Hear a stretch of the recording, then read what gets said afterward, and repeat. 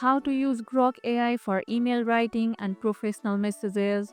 If writing emails takes too long, Grok AI can handle it with ease, and here's how to do it. First, open Grok AI and type something like write a professional email to schedule a meeting or draft a polite reply declining an offer. Grok will create a clean, professional message instantly. You can refine it by adding tone instructions. For example, make it friendly or make it formal. Unsatisfied, copy the text and paste it into your email client. To make emails sound more personal, ask Grok to shorten the intro or add a warm closing. It keeps your message professional but natural. What kind of emails do you use AI for the most? Let us know about it in the comments below.